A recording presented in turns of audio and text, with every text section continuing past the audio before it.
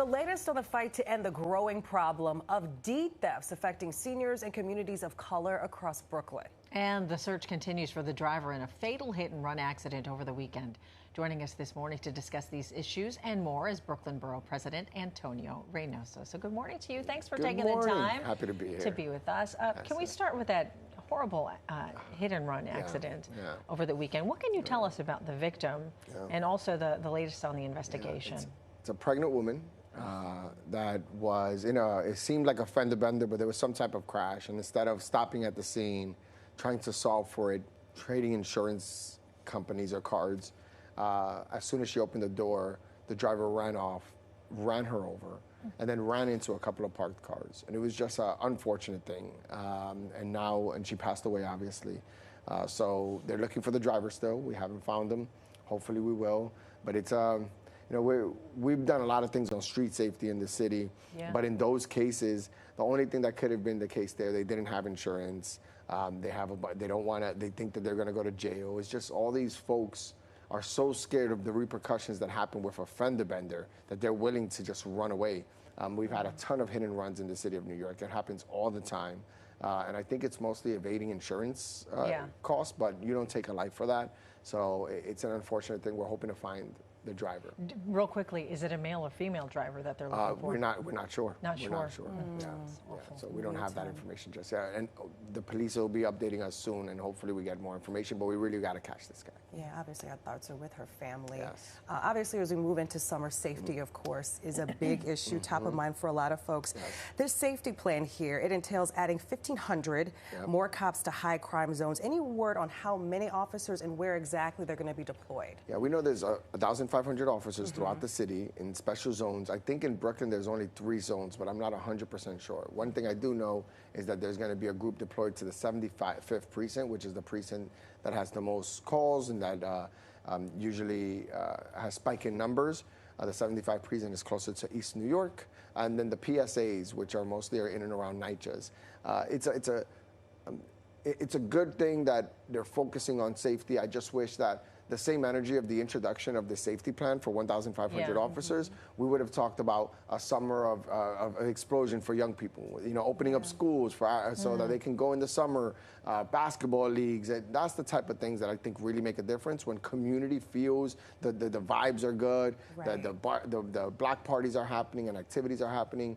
And the city traditionally only focuses on the enforcement side versus what I think is the opportunity side, which concerns me. But I'm not going to scoff at it. People feel safe when they see police, but I wish it was more about community than it was about policing. Well, speaking of police enforcement and community, you have a large Jewish community, the largest in the city. What's being done right now, especially after the horrible deaths of that Israeli couple in D.C.? First, we have the largest Jewish population in all of the country in Brooklyn. Look at that. It's the largest one, So, look, anti-Semitism is on the rise. It's been on the rise for quite some time. When you see things like this happening, it keeps people in their homes. It terrifies them. So we need to do something about it. The mayor's office is deploying more officers in and around synagogues and places of worship, and just really trying to make sure that it doesn't happen here. I do want to say, it's still anti-Semitism is on the rise in New York, but New York is just all the diversity and just like our Jewish neighbors is just something we know. It's very New York to have all types of folks in Brooklyn and in the city, and I'm hoping that we're better than that in New York. But we're not going to hang our hat on better than that. So I'm glad that there is a plan to be in and around these places of interest, I would say, to keep our neighbors safe or to have them feel safe. Right. They say that there's always something. And now we're talking about this jarring rise in deed thefts. Yes. Crazy. What is it? How does one get their deeds stolen? Because this is impacting a lot of the elderly community, right? So how can they get their homes back after this happens to them? It's very difficult, practically impossible in the city of New York. So I'll give one example so people understand what it is. You have a lien sale because you haven't paid taxes in a while, because you might not be able to afford your taxes. You're what you consider house rich and cash poor.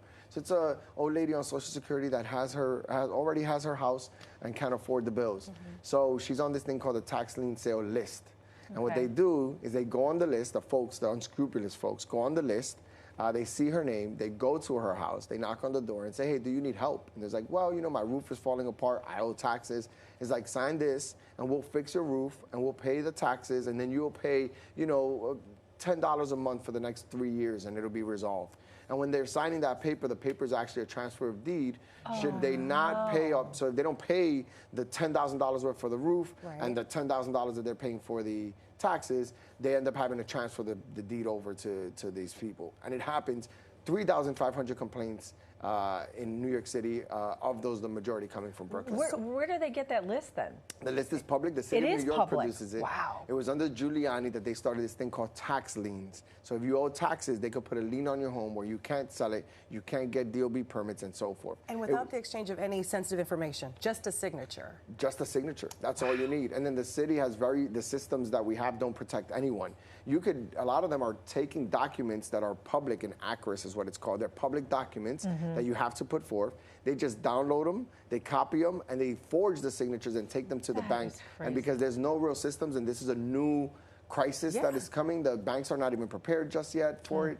We can't charge it. Tish James just made it a crime just last year. So if you had deed theft happen to you 20 years ago, there's like a statute of limitations as well. So now we're trying to ask the state to do away with the statute of limitations for 1 year so that all those folks that lost their houses to deed theft could come back in one shot. Thank you for getting the word out. You guys were just rallying on this issue. We were. Brooklyn Borough President Reynoso, great seeing you. Thank you so much for being with us. Thank you. Thank you.